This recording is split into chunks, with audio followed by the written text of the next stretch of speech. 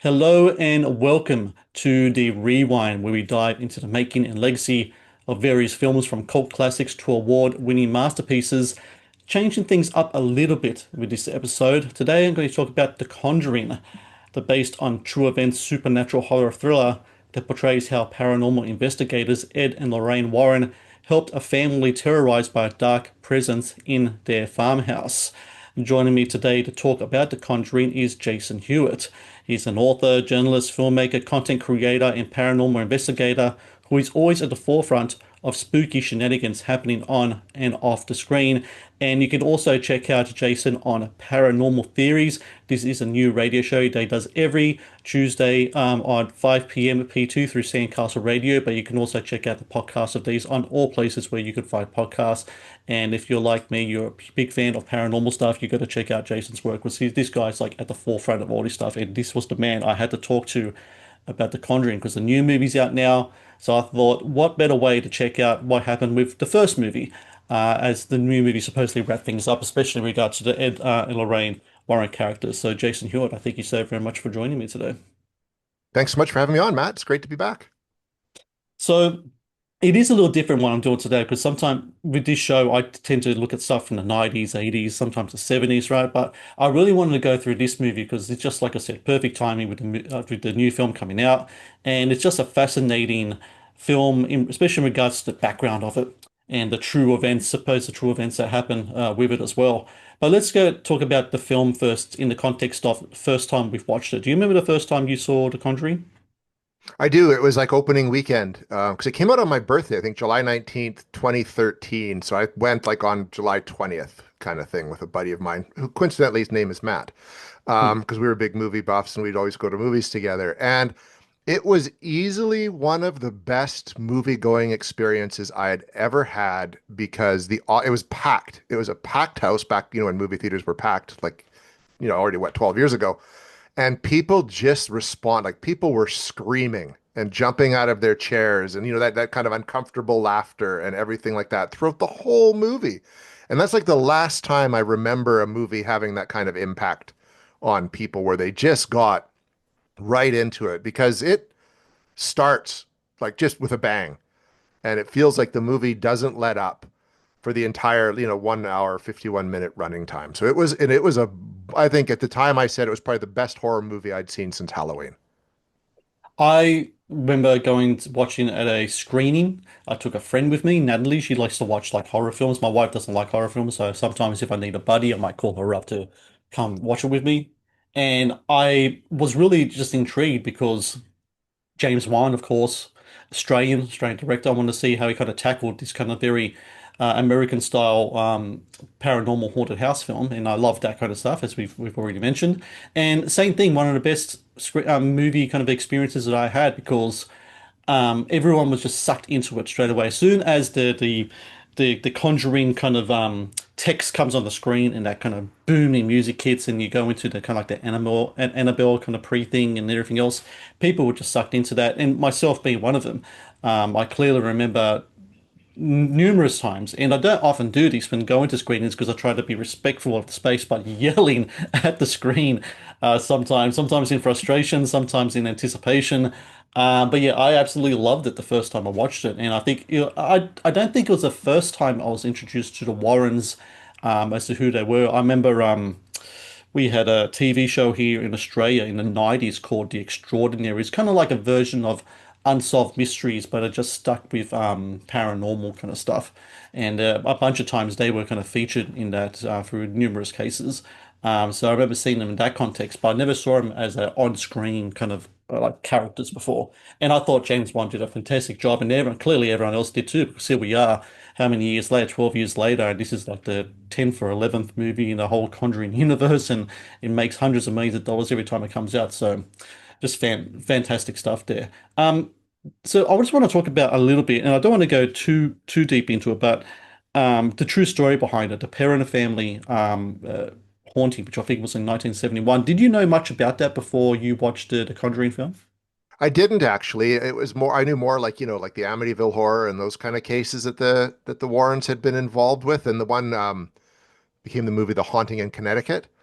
Can't Hmm. remember the exact name of that one, but not the Parent Family. So it was only after the movie came out that I got curious, because it says, based on the true story at the beginning, but Hollywood likes to take liberties. So I was curious, how many liberties they seem to take. But the movie itself, in terms of depicting a paranormal investigation, other than like the last, half hour kind of thing, was pretty bang on for what the investigations of, the 70s would have been like. So I kind of really respected that. So you're talking about kind of like those moments where they have kind of like the tape recorders, they have college students helping them out, kind of going around looking in the history of the place, that kind of stuff. That kind of stuff, and the camera that reacts, like the flash would go off when there was movement, kind of Yes. thing, and the black light that they could kind of track footprints with and stuff like that. Like that's all very, very accurate, especially for back then. I mean, we use sort of modern stuff now, but it's still very similar in that regard. So I appreciated that, unlike a lot of movies that go off the rails right away, this one they kind of kept it pretty grounded until the final act. So for people who don't know, 1971, you have the Perron family. They have a place in Rhode Island, and they said that the place was haunted. Now, it's really interesting just looking into the history of this in regards to the context of the Conjuring, the movie versus the real life haunting. So one of the daughters, so this family had five daughters, one of them named Andrea Perron. She released a trilogy of books called House of Darkness, House of Light. So the movie itself is not really based on what happens in the books. So one of the Warrens, Lorraine Warren, was like the kind of like key source that they usually went to when doing this movie. So there are differences in this film. One of the key differences that Andrea Perron talks about in the film is in the book. In the book, she says that they didn't seek out the Warrens.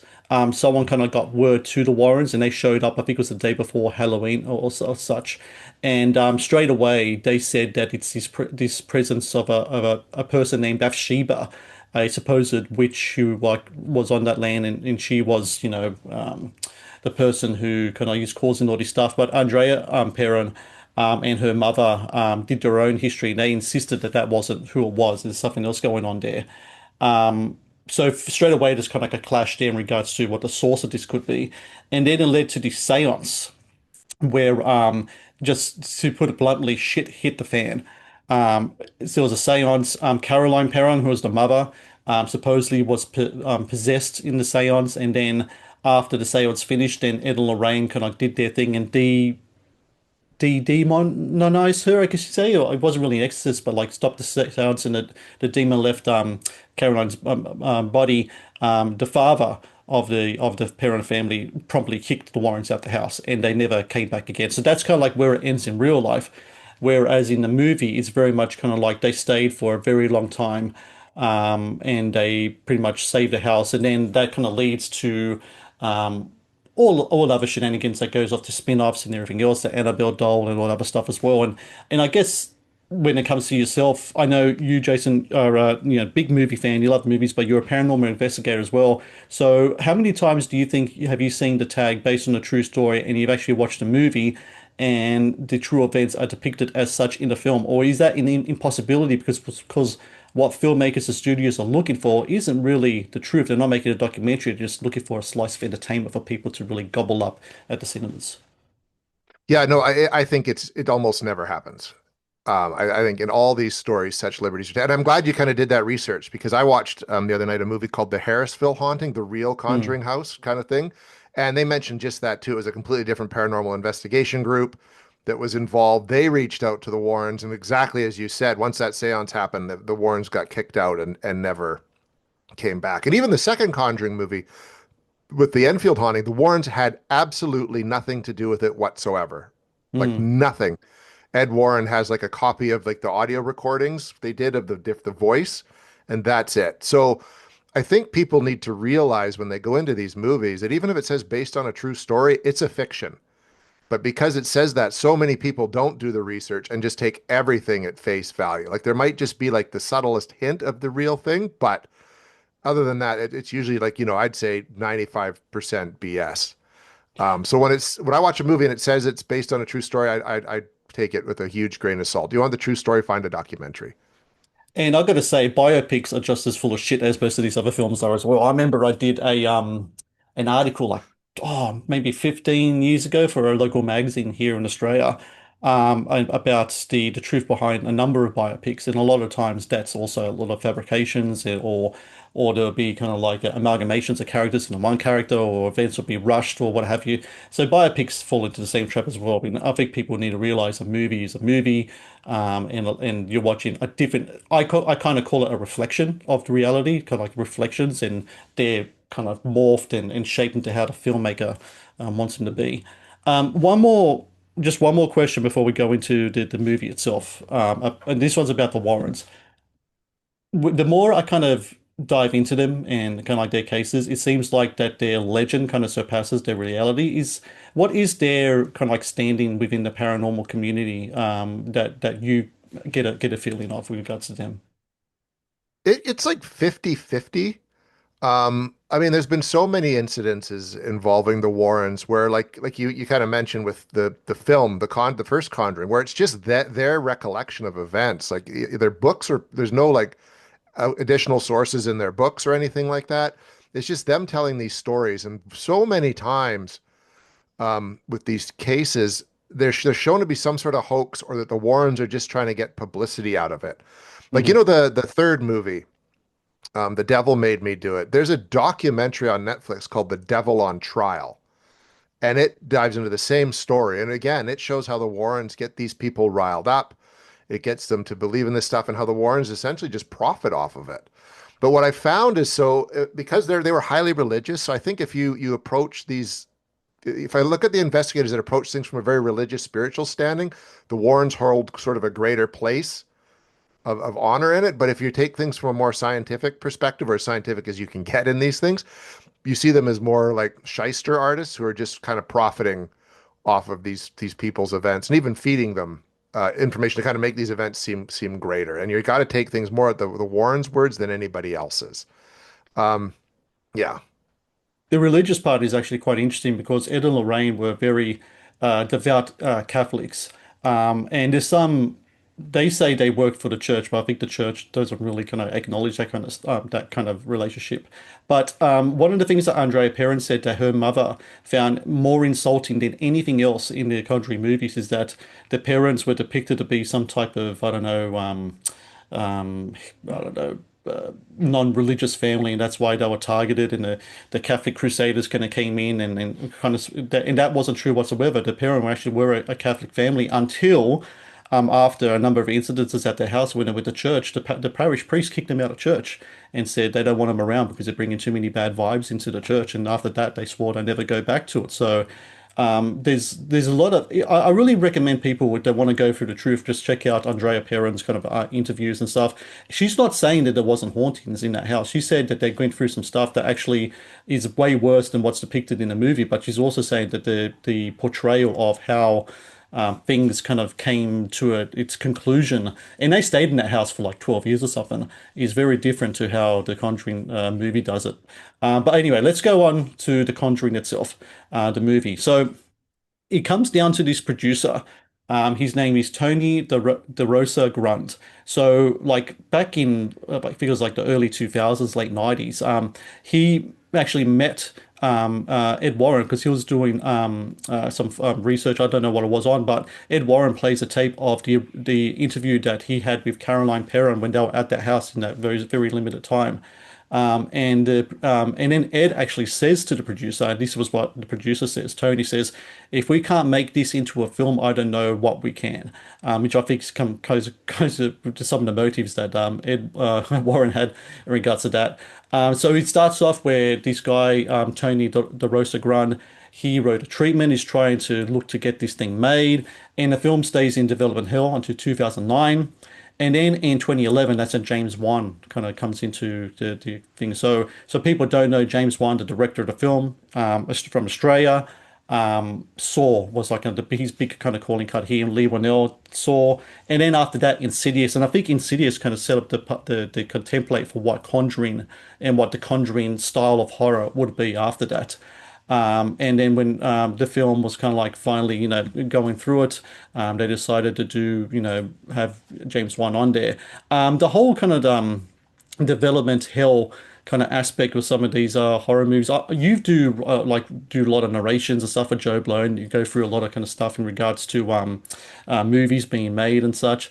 It's kind of interesting, isn't it, how sometimes these movies that eventually come out to make hundreds of millions of dollars, sometimes they're the longest to get made, aren't they? I kind of find it very funny in a sort of way. It is, yeah. Like there seems to be this huge gestation period. I even remember when they announced they were making it, it wasn't even going to be called The Conjuring. It was going to be called The Warren Warren Files. And I think Files, they yeah. hoped that they could launch it into a whole franchise. I mean, it's the same thing with John Wick. Like if you ever watched the documentary Wick is Pain, like that movie almost never happened. Like they were even started filming, they almost got shut down. And all the things that made the movie so good, the studio didn't want anything to do with. So I think it just shows that it's a miracle, I think, almost that any movie gets made. And I think sometimes the longer it takes and the more struggle, the better it is. And you bring in someone like James Wan. I think no one else could have made that movie work, I think, the same way that he did. Like, I think that was kind of the thing that brought it together. And at the time, I don't know James Wan at all or much about him other than interviews, but he seems to have a tremendous energy. And I'm Mm. sure that's what kind of carried that movie to getting done. And he had the right idea of like, I like how he handles ghosts. Like, he doesn't use effects, he uses people and actors. And I think it just makes it seem so much more believable, and I just liked all those aspects that he brought to it. I think that's partly what made it work really well. But you're right, Insidious 2 at the same time was a big part. Like it seemed to be a big template for how it would, The Conjuring would kind of come together. Some of the cast as well, and I know that James Wan has brought a lot of his crew over. I know that the people who worked on the music score and all that they came over onto The Conjuring. So definitely, if you have those threads in between those two different franchises. By the way, when people look back in maybe like 20 years from now about the biggest movers and shakers in regards to horror movies, I think James Wan will be up there because he's got like three franchises to his name, right? He's got Saw, Insidious, Conjuring. And so a lot of times all three of them are happening at the same time. Even though he doesn't direct them all anymore, he's still there as a producer or a creative consultant or what have you. That's quite some filmography to have there on your side, I think. Well, and you got to remember in 2013, he not only he like The Conjuring came out in July, and then Insidious Chapter 2, I think, came out in September. So he was almost making Mm. those two movies simultaneously, which I think that's impressive. Like I don't know how he pulled that off, and both were really good. Like you know what I mean? Like they were both very standout. So yeah, and even I like his other like Malignant. I thought was great. Dead Silence was great. I really like Death Mm. Sentence. These movies that don't get as much recognition, but I think as a filmmaker, he's just super talented all around. I forgot as well he did Aquaman. Didn't he? That's He right. directed those two. Yeah, totally forgot Yeah, at the about same that. time. And one of the Fast and the Furious movies. That's right. Yeah. The God, this biggest guy's grossing one, I everywhere. think, the one where Paul Walker unfortunately died during the making of it. So that's Oh like, wow. you know, Next thing I saw here as well is so the Rosa Grund actually teams up with Peter Safran. Peter Safran then was a producer, but now he's kind of like the head of Warner Brothers, right? Him and I think him and what's that bloke's name in just the Superman movie? oh, James Gunn. James Gunn, thank you. Both kind of like the head honchos over there. So Peter Safran brings in these writers, Chad and Carrie Hayes. So originally the idea was to focus on the haunting. But Chad and Carrie Hayes, they were smart enough to think, we shouldn't focus on the haunting. We should focus on the Warrens. And because, like you said, they've been involved in so many cases. This is franchisable. You can have one case, one movie, one case, another movie. They were the kind of ones who said, "Hey, this is how we think we should do it." So kudos to them for really kind of looking into that and doing it. And sure enough, the Warren estate or Lorraine Warren at the time, I think Ed Warren died like in the late 90s or early 2000s by this point. They were like, way into it. But supposedly, Andrea Perron was like, whenever the Chad and Carrie would get in touch with her to try to get her stuff and put her stuff in the script, the studio was like, no, we don't want that stuff. We want whatever Lorraine's saying. So Lorraine pretty much was the source for the screenwriters. They talked to her all the time, and so we're very much looking at the Warrens, especially Lorraine Warren, kind of like her perception of things here in regards to how things are done. She's on the set quite a bit. Supposedly the parents were on the set as well. That would have been a very interesting kind of reunion between the two. And that's kind of like what we see here. So once again, it kind of looks like the Warrens are really good at kind of like making their legend known more than anyone else's when it comes to these stories. They're great self-promoters. Yes. Everything I've ever known about them, they're fantastic self-promoters. There was a case, it was a book called The World's Most Haunted House. Surprised it never got picked up to be made into a movie. And this is just something that happened in Bridgeport, Connecticut in 1974. And the Mm. Warrens were brought in on this one. And there's a chapter in there where they're talking about the Warrens' involvement, which wasn't very much other than pretty much Ed Warren on the phone contacting media to get them to come by and keep doing stories about this haunting, right? And it's the same thing you'll find if you watch that documentary, The Devil on Trial. They really, they made a book deal and all this kind of stuff. So it's like, yeah, they're really good at putting themselves as the heroes at the focus of these stories. I've never read Andrea Perron's books. I'd love to read them now, like just out of curiosity, right? To see what her spin on the story is. The Matt's Movie Reviews YouTube channel is brought to you by TeePublic. TeePublic is the world's largest marketplace for independent creators to sell their work on the highest quality merchandise. With over 1.2 million designs, TeePublic is sure to have something you'll love. James Wan said that when he took on the movie, he didn't want to make a creature feature. He wanted to make a movie about atmosphere, vibe, and mood. You get it for your photography, especially the sound design. Sound design, I think, is something that's really kind of vital to these Conjuring movies because I don't know if they're the ones that started it. They kind of perfected the quiet, quiet, quiet, quiet, boom kind of thing like that. That's Yep. like their thing, right? To the point now where I think some people get a little sick of it. But I think what's really interesting about when I watched The Conjuring, I don't know if you felt the same way. I kind of felt it was I wouldn't say a breath of fresh air because it does conjure back in a certain way to films of the 1970s like Amityville and such like that. But it was different in the sense that when James Wan did Saw, the whole torture porn kind of thing took over horror at that time, which I wasn't a fan of. So to watch a movie like that was more kind of old school and the violence was more, not to say that the Conjuring isn't violent at times, but the violence isn't as in your face and it's more about the anticipation of the scares than the scares themselves. Did you find that way as well, a horror landscape at that time? Yeah, yeah. He brought kind of the classic kind of ghost story, haunted house story back, I thought. And it was, I mean, because like, yeah, you're right. Like there was like, the slasher era and then like the scream-esque kind of self-aware era and then the torture porn era. And I'm like you, I wasn't a fan of those movies at all. Like I like the first Saw, but after a while it Yeah, me just gets too. to be too much of that, right? And Hostel and all that stuff. So it Mm, was really refreshing to watch a movie that was just scary. And it was like rated R because of how scary it was. It wasn't that it yeah. was gory or anything. It was frightening. And it's something that sticks with you with every viewing. And you nailed it. A large part of that is, well, okay, first, he created really good characters. Like, even though these are real people, but you really care about the Perrin family.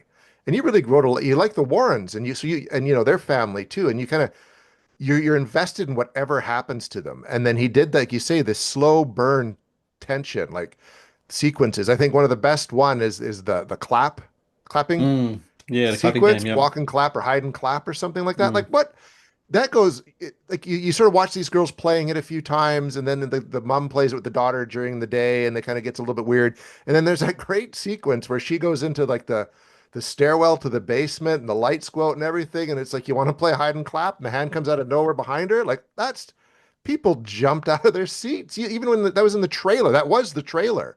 And that was absolutely terrifying. And I mean, nothing that they've done since has been as good as what he did in that first movie. And I think that's Mm. why it's so successful.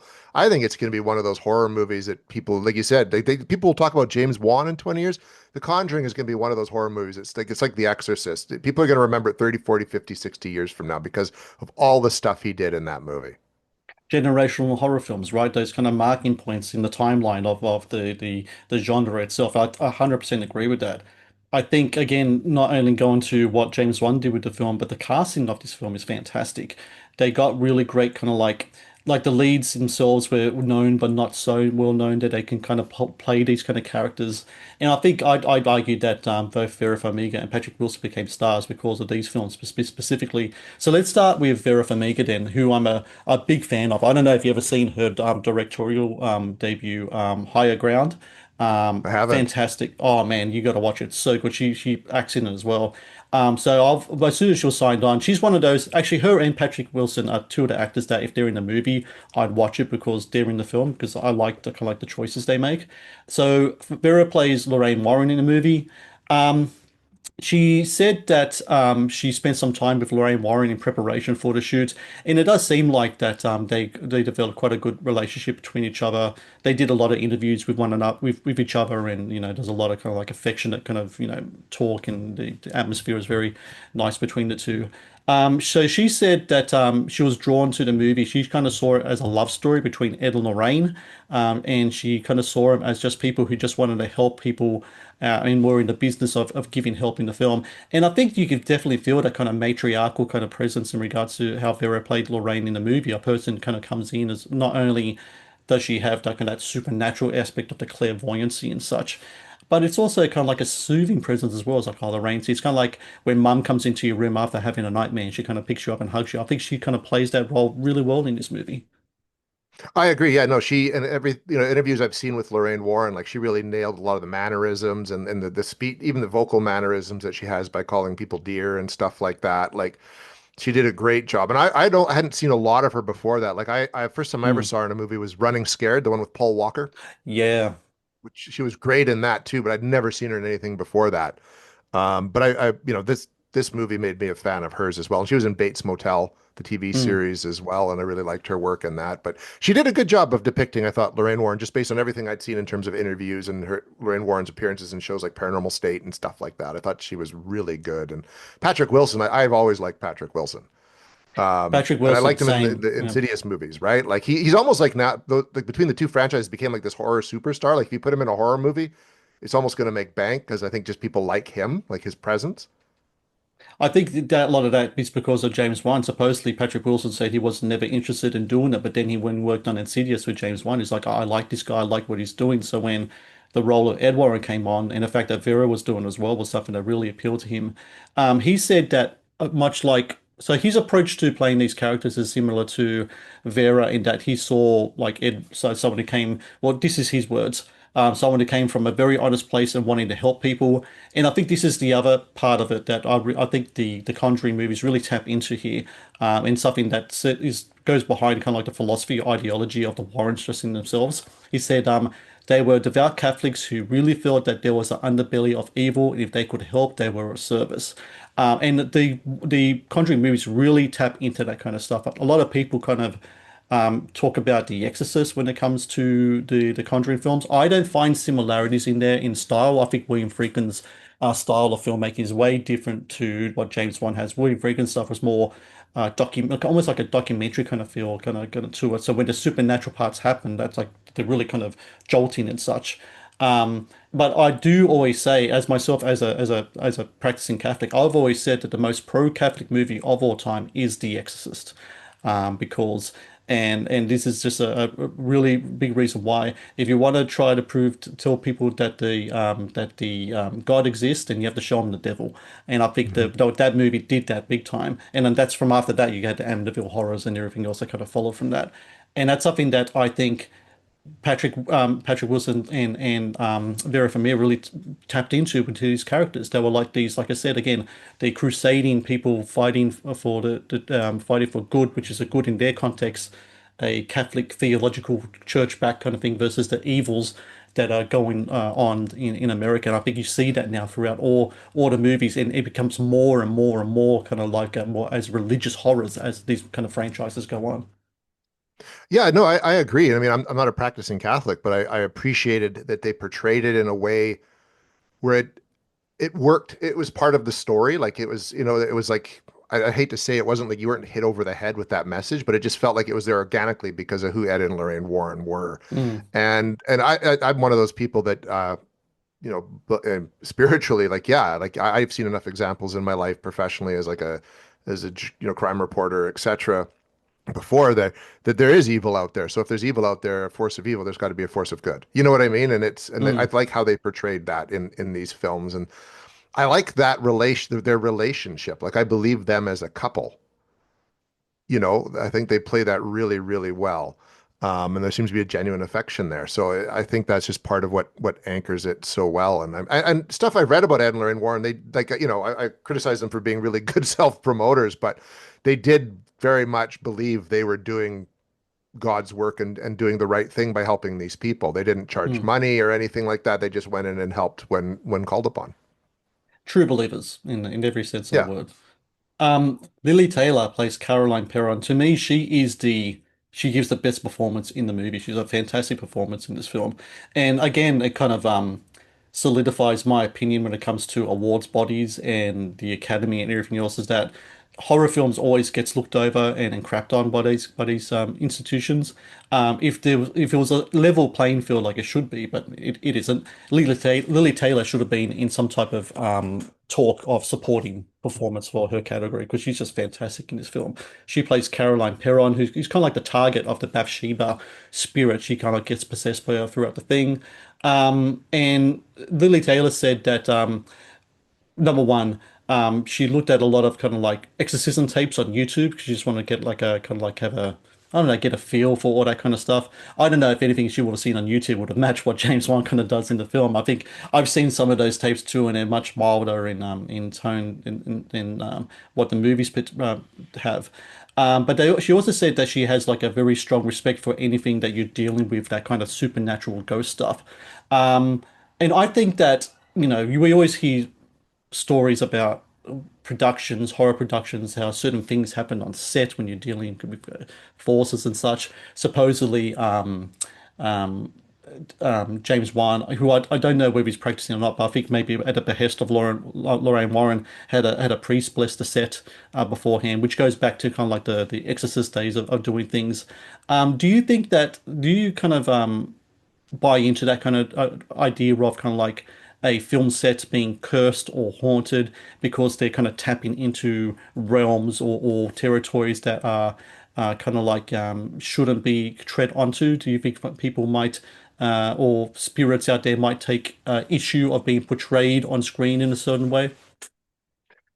I don't, nothing from my experience suggests this is the case, right? Although, I mean, I guess the closest you could get to it is arguing like maybe it's like, but it comes down to belief, really. Like I haven't. Like I've seen no real proof of haunted objects even or anything like that, right? I think it's more, hauntings can be like tied to a place or they can be tied sometimes to people.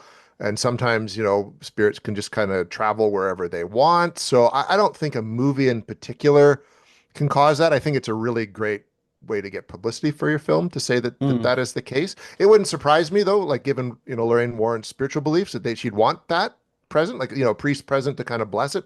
But I don't think a movie so much can bring that about in any way, shape, or form. Then you got Ron Livingston, who plays the father, Roger Perron. He's a funny dude because number one, I always think of Office Space whenever I think of Ron Livingston, so I kind of get that You kind can't of not, man. Like there's no way around it. you get that kind of chill, kind of lax attitude. And his thing was like, look, I didn't delve into too much into stuff because, I'm the dad who's just witnessed this stuff. He called his character kind of like the anti-expert. So why am I going to delve into looking into things? I just need to react to what's there, that's my kind of thing. And it just again takes me back to the Office Space kind of stuff. It's like, yeah. I'm just going to sit around for an hour and then go out for lunch for two and then come back and stuff. Right. But he's great in it. I mean, he's He is. perfect. That's exactly what you want from that character. It's like a father who's kind of like he doesn't know what the hell's going on. Something's hurting his family, and these people are going to come in and do it. Supposedly, though, like I said, the Roger Perrin in real life, he was like he had no patience, kind of like the Warrens and the stuff they're doing. He immediately kicked, as soon as he saw his wife levitating off the ground because they wanted to do a seance, he kicked them out of the house prompt Yeah, quick. and I think Uh, anyone would at that point.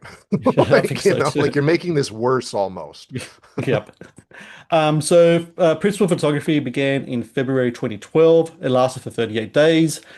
So they did stuff at Screen Gem Studios, other locations as well, such as North Carolina. So they actually built the house themselves on the set, like the house you see. So the house in real life, the real life house, is supposedly much different location and everything else. Completely Than different. It's like a single story real with like, it's nothing like that. It's like almost a rancher with a second level on one mm. part, and that's it. So going back to the strange occurrences, I'm just going to go through some of these here.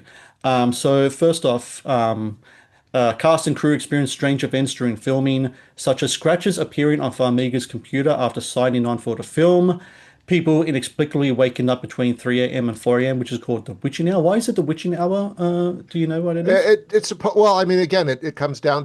there's no proof that spiritual activity is better at 3 a.m. or not. But I mean, in terms of religious belief, I think it's like it's a mockery. Like they say in the movie, the Holy Trinity, it's like the opposite, Right. Okay. right?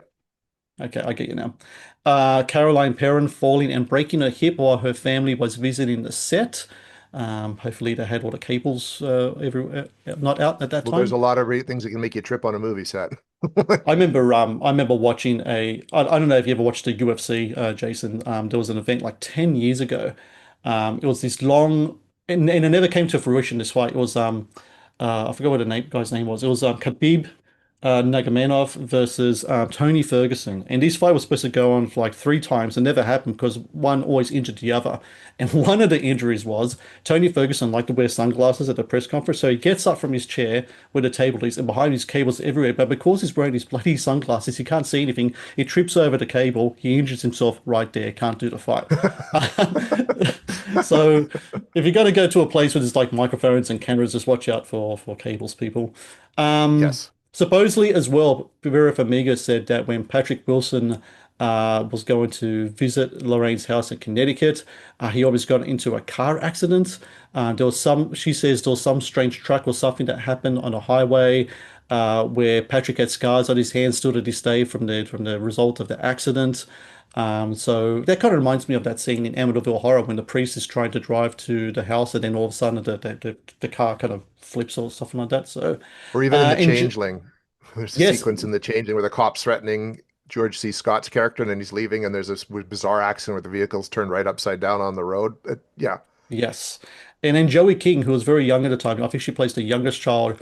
She said on the Drew Barrymore show that she developed a blood disorder that required daily hospital checkups. However, once she finished filming and went home, the condition faded away.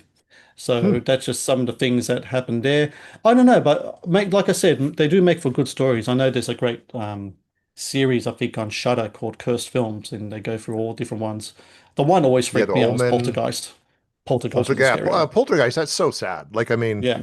what happened with Heather O'Rourke, that's just, And also the awful.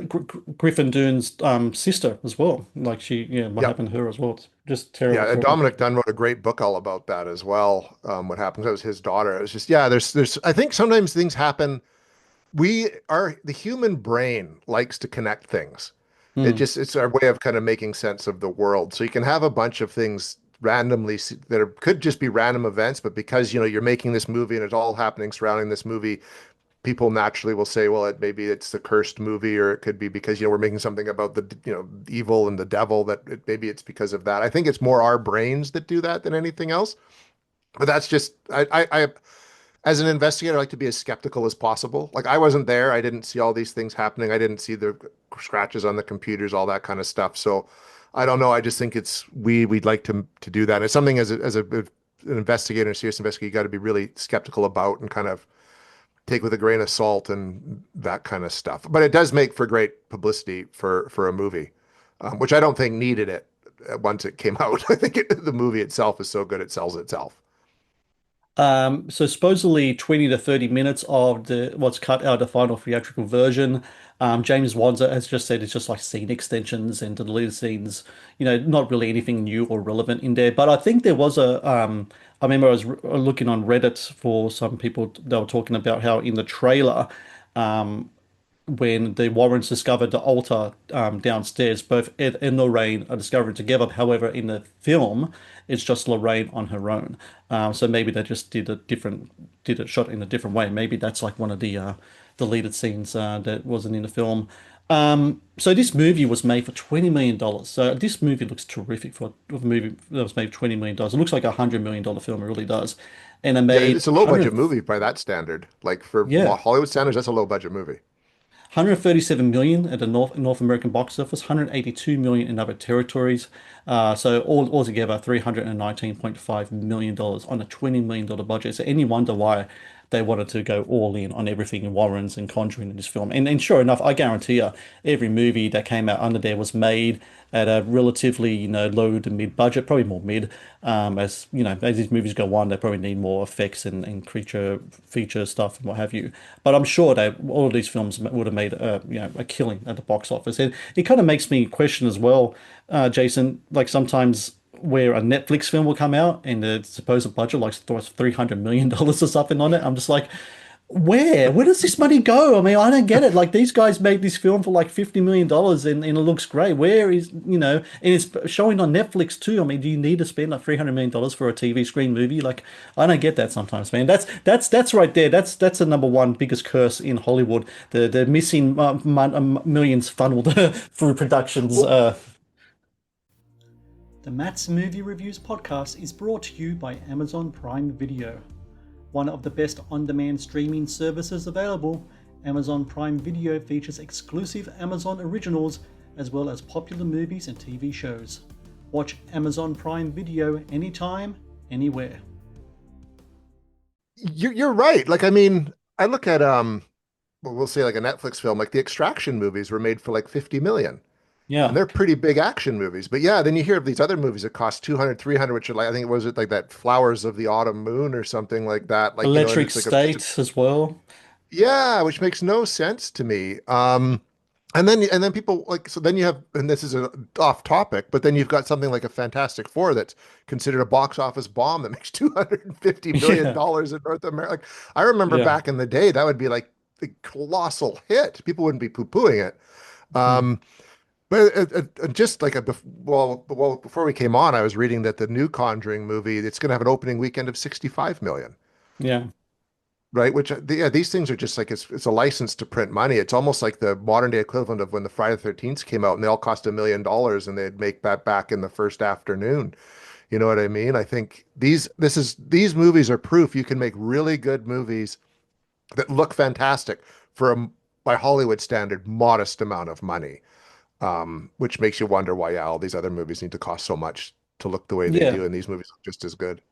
Yeah, it's true. And I think, and I've always said, like, to me, one reason I love horror movies is because they portray everything you need to have in regards to a great movie. The sound design, production design, cinematography, editing, all that kind of stuff, acting, direction. And it's done by people who not only really kind of like, can be very resourceful and innovative at times in the camera, but they do it with like, minuscule kind of scraps of the table kind of stuff of production line stuff. And I think Hollywood studios who are dealing now with an issue of trying to get butts in seats, but also dealing with the issue of just blown out costs on their productions, as we were just talking about before. They should look at the formula at least about how these movies can be made for so little and make so much, but more than anything else, how they make it for so little, because it just blows my mind sometimes some of these budgets, some of these movies have.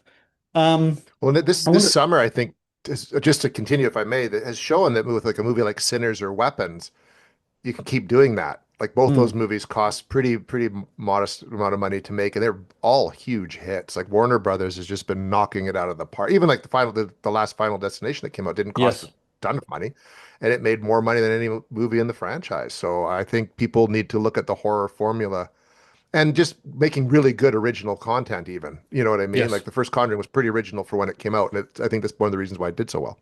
Yeah, I mean, old heads like us, like we could see kind of through lines to Amityville stuff, but the average moviegoer wouldn't know what that stuff is, right? So No. they'll definitely see it. So I'm going to talk about the actual Conjuring house because there was a interesting thing that happened here. So the owners of the house at that time were Norma Sutcliffe and Gerald Helfrich.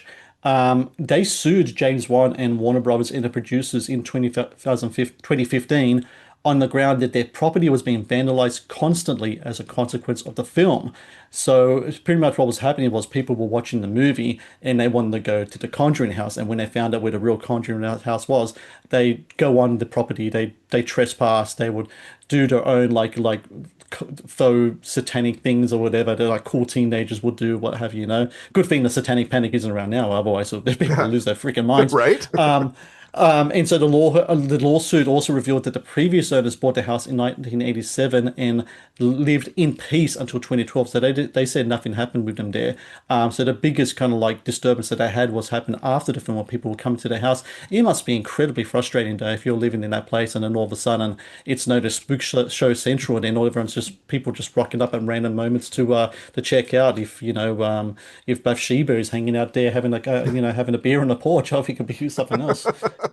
Yeah, right? But the new owners, I think, have taken advantage of that, and Yes. they've rented out to investigators. And what's interesting, like how you say that nothing happened in that house from like was it 87 to like 2012. 2012. Mm. Now, allegedly, that place is like a paranormal hotspot. Mm. Like So yeah, 2019, the residence was sold to Corey and Jennifer Heinzen. Corey is a paranormal investigator. He said at the time that the house hasn't disappointed him, and like yeah, they're very being really smart with it. Renting out the rooms. I mean, if people wanted to come and check it out, then hey. We got space. If you want to come check it out, if you want to film a documentary here, go ahead. If you want to live stream here, go ahead. I mean, there's a demand for it, so why not give people, what they want? But we live in a capitalist society, and we're going to have, hey, we're going to charge you for this. Why not? I think it's a smart move on their part. dark tourism, man. I think that's very bright. If especially if you're open to having that happen in your home. You know what I mean? I guess the previous owners maybe didn't want anyone around. Hmm. But these guys I thought were super smart. And I've seen two documentaries made there since they took over. The Sleepless Unrest and that one I mentioned earlier, the Harrisville Haunting. Um, Both kind of become like watching any kind of ghost hunting show in the end, but they're still pretty interesting.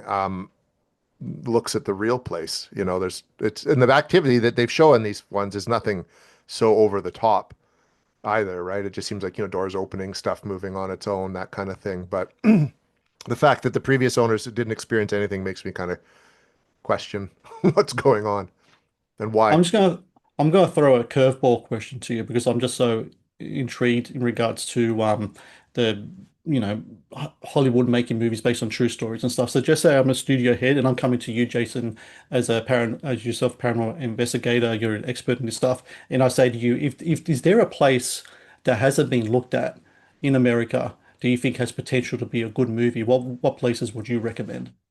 Oh man, it's tough for me because I don't live in America. But That's right. I've investigated. I would say honestly, the Gooding University Inn, because I actually have been there on two occasions and investigated there. Both times, the activity was almost nonstop, like which you can't account for that at most places. It's a former tuberculosis hospital. Hmm. Um, People have been documented to die there. The owners of it were smart. They live in one half, the other half they've kind of left, and you can rent out and stay there. So paranormal teams do go there to investigate. And the first time we were there, we were there for 36 hours. We could investigate almost nonstop. The place didn't disappoint. The next time we were there for 4 or 5 days, it was the exact same thing. There's an episode of Ghost Adventures that filmed there. It would be a great location to try to do one of those, based on a true story Hmm. movies. Sounds very interesting. I want to talk about the movie in regards to scares. What do you think? You mentioned before about how great that sequence, like the clapping the game sequence was in the film, and it definitely top three in the movie of, maybe if not number one, of scary scenes. What other films in the movie? I want to share scary scene, my favorite scary scenes from that film. Can you think of from that film that really kind of made you jolt from your seat? I liked the sequence. It was with Joey King where she's on the bed and something keeps pulling at her leg, Hmm. and then until she wakes the other sister up, and there's the bit with the door. I really liked that part. I thought that was really well done. Um, there is the other sequence with the daughter in the room where there's like the armoire Yeah. and the Bathsheba is like on top of it kind of thing. Just the way they kind of handle that, and it kind of goes up Yeah. and she's up there. I thought that was a great little jump. Um, there's actually lots of really good little moments like that in the movie. But I think those to me are like the three big ones. Like the bit at the end with like the whole exorcism scene, I didn't find all that scary, but it's not supposed to be. It's Hmm. everything else before that. Like that first hour 10 of that movie, I think has got the goal. Oh, and then there's like the whole Annabelle sequence at the Yeah. beginning, even though nothing too much happens. But I think just the way you're like right into it and you're kind of caught off guard, and the sound's so good with the knocking on the door and the writing of like, I Hmm. can't remember what the writing is now off the top of my head. I'm Is it here or something like something like that. "Let me in" or Let me something in, or like did that? you miss Yeah. me, or something like that. I think my favorite scene in the movie, I don't know if it's the scariest, but it's definitely my favorite scene, and it has to do with the Annabelle doll.